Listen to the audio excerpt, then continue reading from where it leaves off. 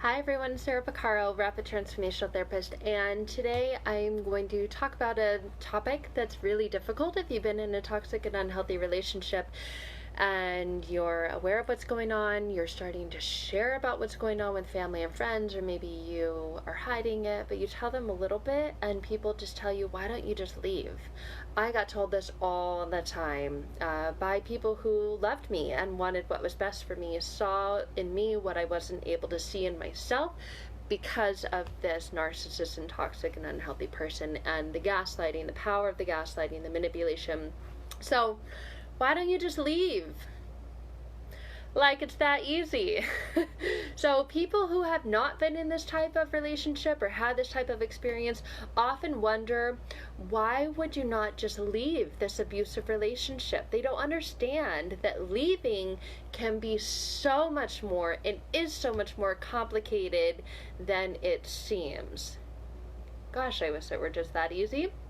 So leaving is often the most dangerous time for a person and for a victim, because this person is all about power, all about control, and when the victim leaves, they are taking away that power and control. They are threatening the partner's power, and this is very, very dangerous, which this causes the abusive partner to retaliate in very, very destructive ways, in all kinds of ways. So just leaving is not that easy.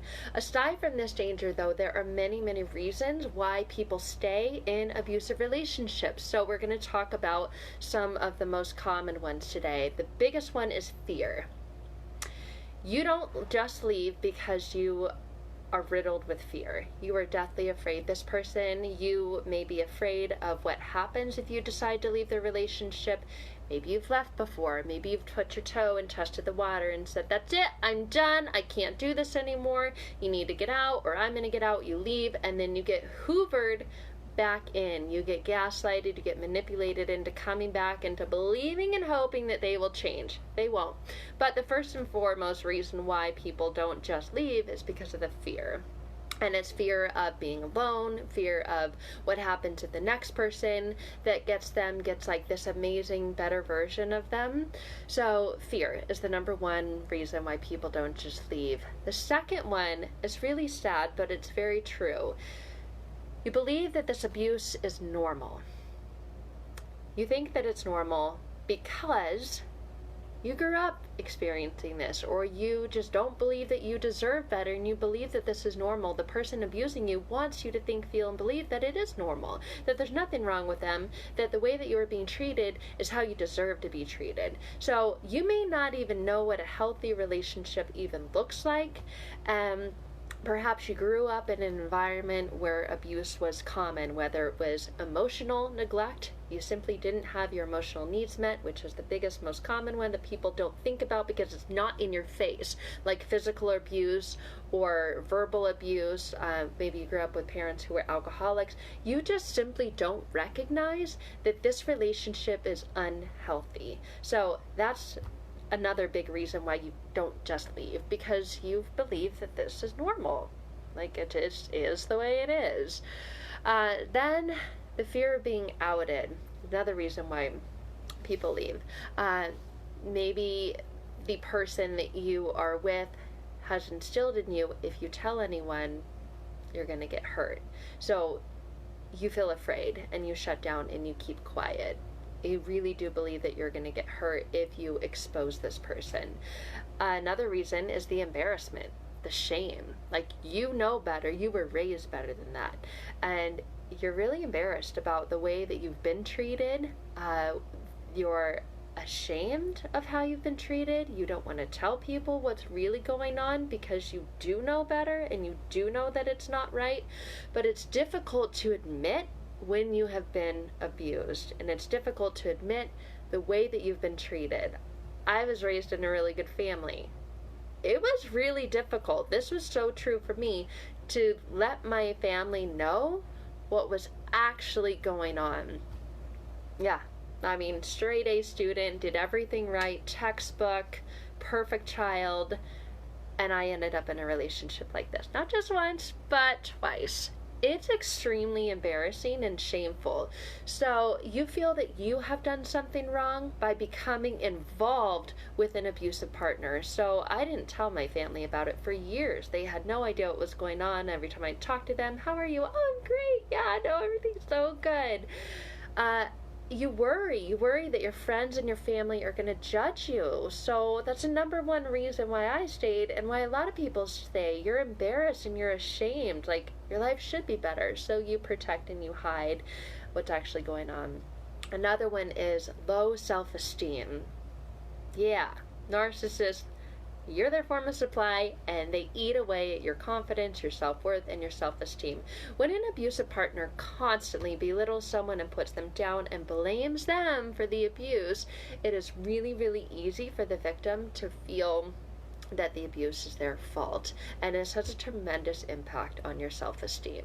So you stay because you really don't feel like you're ever going to get any better than this person, because that's what they make you feel, think, and believe. And then love. Why don't you just leave? Oh, I love this person so much. And I say that mockingly, but it's true. You really do feel, I love this person. Yeah, I know they're a little in their head, but I love them. I love them anyway.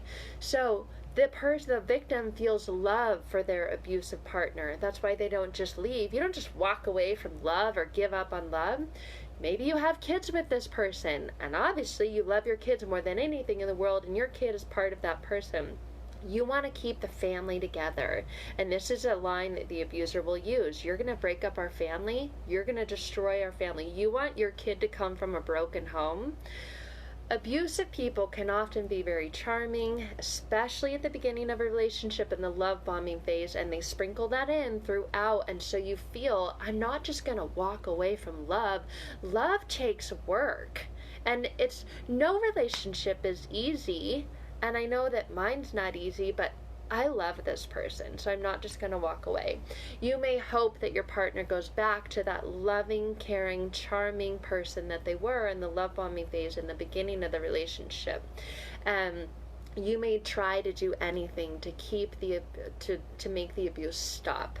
And for the relationship to not end entirely. Maybe you feel like, I need to take a break, but I'm not ready to walk away because I love this person. That's a tough one, because you really truly feel that, but love is not abuse. Next reason why, cultural or religious reasons. I hear this quite a lot. Traditional gender roles are supported by someone else's culture or religion, which influence you to stay rather than to end the relationship for fear of bringing shame upon yourself or your family. Depending on what type of culture or religion you get brought up in, we don't believe in divorce, so you stay for those particular regions. Another common one is language barriers or immigration status, and I've had many people reach out to me where this is the case. They are from another country, and maybe this person is undocumented and threatening to take their kids back to another country and completely exile them from their kids or their family. So they fear that the reporting this abuse will impact or affect their immigration status. Also, if your first language isn't English, or you don't have an education or a degree behind your name, you think, what am I going to do?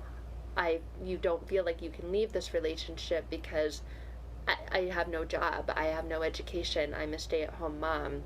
And a lot of times it's due to language barriers or immigration status. And then, this is a big one in my experience as well, lack of money or resources. Financial abuse is so common in narcissistic relationships because the victim is financially dependent on the abuser. Without money or access to resources or even a place to go, it can seem impossible to feel like you can leave the relationship and get to a better place in life. So there's this feeling of helplessness, like your hands are tied behind your back. Another one is disability. If you're on disability, you feel like you are physically or dependent on the partner. Yeah, they're abusive, but I have this condition or this disability and I need this person. This person is taking care of me. So you feel like your well-being is connected to that person within the relationship. And this dependency can heavily impact your decision an influence to stay in the relationship if you have a disability. So just wanted to share with you guys today that annoying question, why don't you just leave? Well, there's often many, many reasons why you don't just leave. And it takes time. It takes time when you have realized and become aware of the type of relationship that you're in, the abuse that you're experiencing.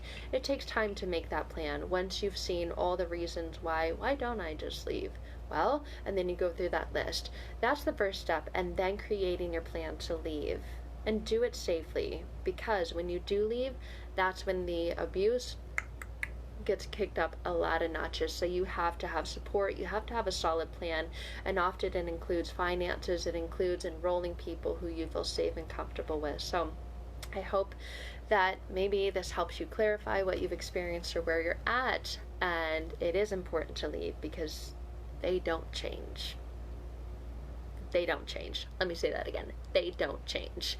Love is not abuse, so please make your plan and get out. And if you're wondering, why don't I just leave? What is it? It is so important to leave and then work on healing within yourself when you've gotten out and you're in that safe place now and you have that space in your mind to really take a look at, how did I end up in this situation? How did I get here? That's where doing the inner work comes in. And when you're at that stage, I would love to connect with you, because that's what I'm most passionate about and would love to take you on that journey.